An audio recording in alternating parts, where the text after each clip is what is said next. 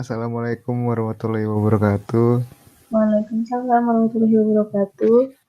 Ya, kami di sini akan mempresentasikan tugas 2 dari mata kuliah Data Warehouse dan Business Intelligence, yaitu analisis kinerja berdasarkan perhitungan KPI dari sebuah studi kasus.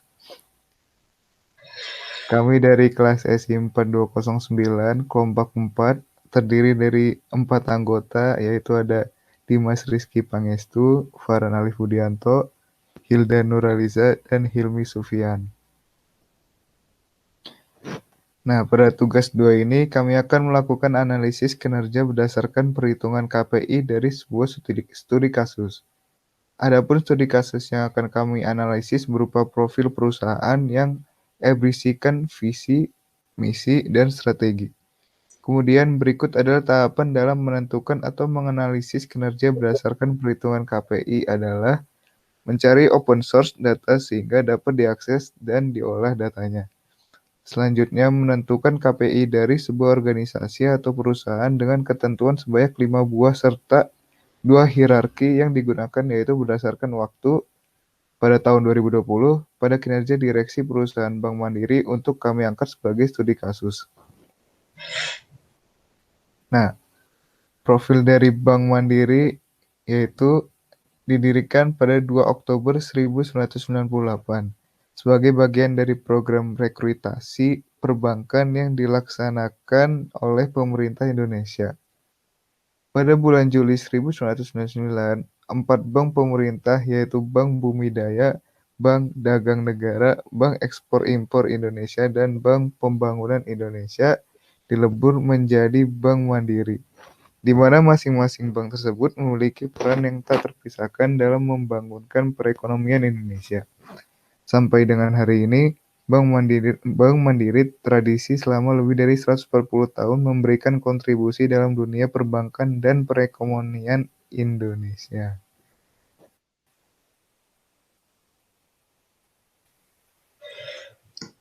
Nah, berikut visi misi dari Bank Mandiri, yaitu visinya to be the best bank in ASEAN by 2020.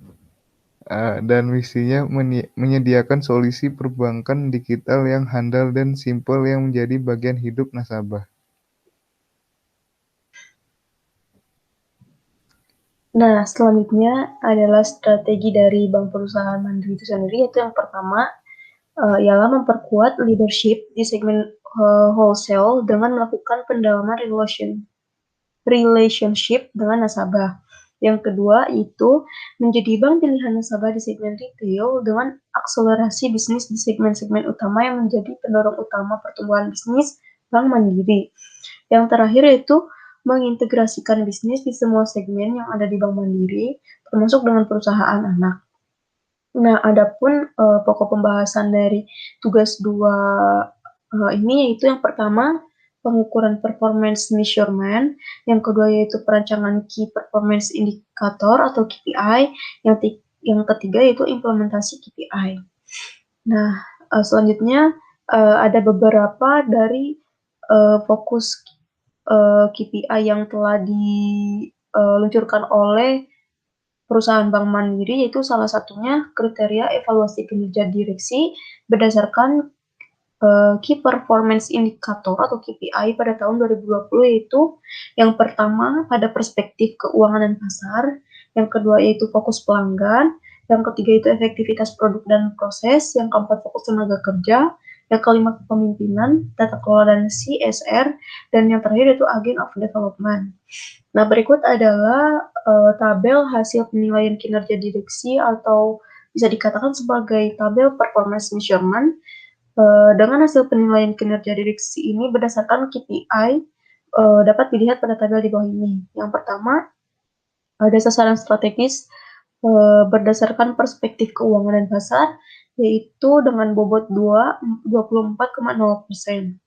Nah, adapun beberapa poin, yang pertama yaitu meningkatkan profitabilitas dengan bobot 6,0% dengan ukuran merujuk pada earning after tax atau EAT pada tahun 2019 lebih tinggi dibandingkan realisasi tahun 2018 dalam kurung satuan miliar rupiah. dengan bobot nilai yaitu 6,34. Yang kedua, meningkatkan company value dengan bobot 6,0% dengan ukuran yaitu pertumbuhan market cap lebih tinggi dari industri perbankan Indonesia dengan bobot nilai yaitu 3,91. Yang ketiga itu menjaga kualitas aktiva dengan bobot 6,0% dengan ukurannya itu merujuk pada rasio NPL lebih baik dari industri perbankan dengan nilai 6,80. Yang terakhir yaitu meningkatkan efisiensi dengan bobot 6,0% dengan ukuran merujuk pada cost to income rasio lebih baik dibandingkan tahun lalu. Diberikan nilai sebanyak 6,02. Dari keseluruhan perspektif keuangan dan pasar memiliki subtotal nilai sebanyak 23,07. Kemudian pada fokus pelanggan memiliki sasaran strategis meningkatkan kepuasan pelanggan eksternal dan regulator dengan bobot sebanyak 22,0% dengan ukuran yang dirujuk pada peringkat bank hasil survei dan surveyor independen lebih baik dibandingkan tahun lalu serta memiliki minimum 80% PAB yang sudah disetujui OJK berstatus down dengan nilai subtotal keseluruhannya itu 26,13. Selanjutnya pada item efektivitas produk dan proses yang pertama itu meningkatkan digitalisasi perbankan dengan bobot 7,0% dengan ukuran yang merujuk pada persentase transaksi perbankan atau finansial yang sudah terdigitalisasi pada tahun 2019 lebih tinggi dibandingkan tahun 2018. Maka jumlah agen branchless banking meningkat dibandingkan realisasi tahun 2018 dengan bobot nilai sebanyak 7,10. Kemudian yang kedua yaitu meningkatkan inklusi dan literasi keuangan dengan bobot 7,0%. Dengan ukuran merujuk pada jumlah layanan keuangan digital atau LKD laku pandai sebanyak 4,52 dan 4,55 dengan subtotal sebanyak di next aja lah.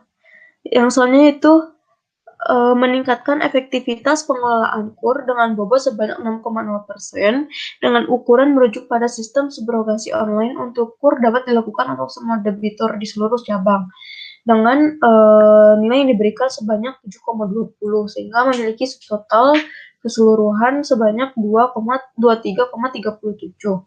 Selanjutnya pada fokus tenaga kerja memiliki sasaran strategis meningkatkan kapabilitas dan kompetensi human resource memiliki bobot sebanyak 17,0% dengan pengukuran merujuk pada produktivitas pegawai lebih baik dibandingkan tahun lalu serta employee engagement score bank-wide tahun 2019 lebih baik dibandingkan skor tahun 2018 sehingga memiliki bobot nilai sebanyak 17,74.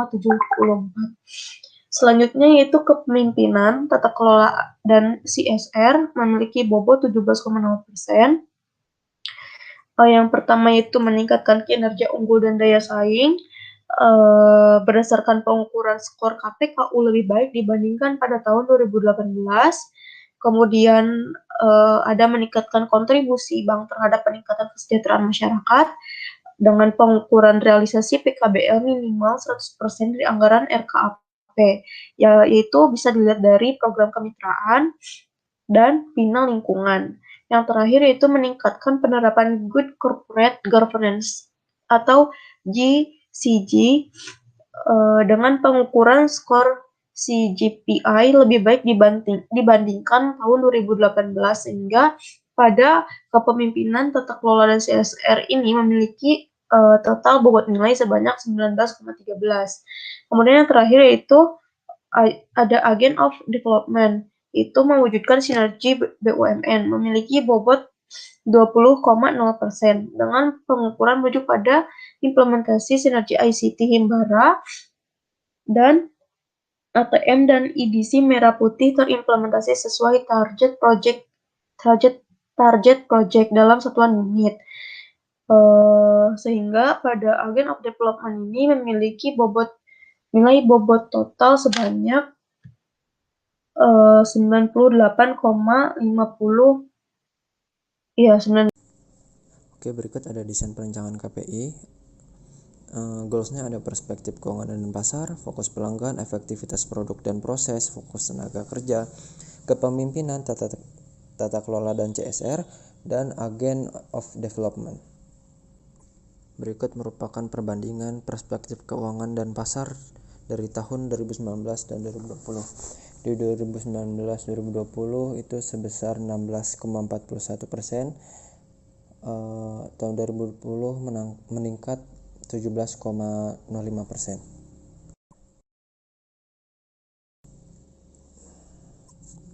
Pada fokus pelanggan, pada tahun 2019 14,3%, pada tahun 2020 meningkat menjadi 14,66%. Efektivitas produk dan proses pada tahun 2019 14,1%, tahun 2020 meningkat 0,2%. Fokus tenaga kerja pada tahun 2019 sebesar 10,63%, pada tahun 2020 mengalami penurunan menjadi 9,7%. Kepemimpinan, tata kelola dan CSR pada tahun 2019 12,22%, pada tahun 2020 12,68%. Agent development pada tahun 2019 sebanyak 7,24%, sedangkan 2020 sebanyak 37,69%. Berikut merupakan text-based KPI dari perspektif keuangan dan pasar, fokus pelanggan, dan efektivitas produk dan proses. Ya, nah terima kasih untuk rekan saya sebelumnya telah menyampaikan. Lalu saat ini saya sebelumnya perkenalkan, nama saya Hilmi Sufyan dengan NIM 1202184277. Nah, kali ini kita akan lanjut untuk membahas table diagram text based KPI.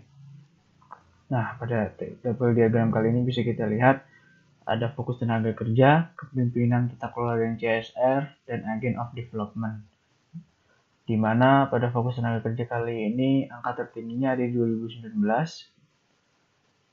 Lalu ke kepemimpinan tata kelola dan CSR ada di 2020.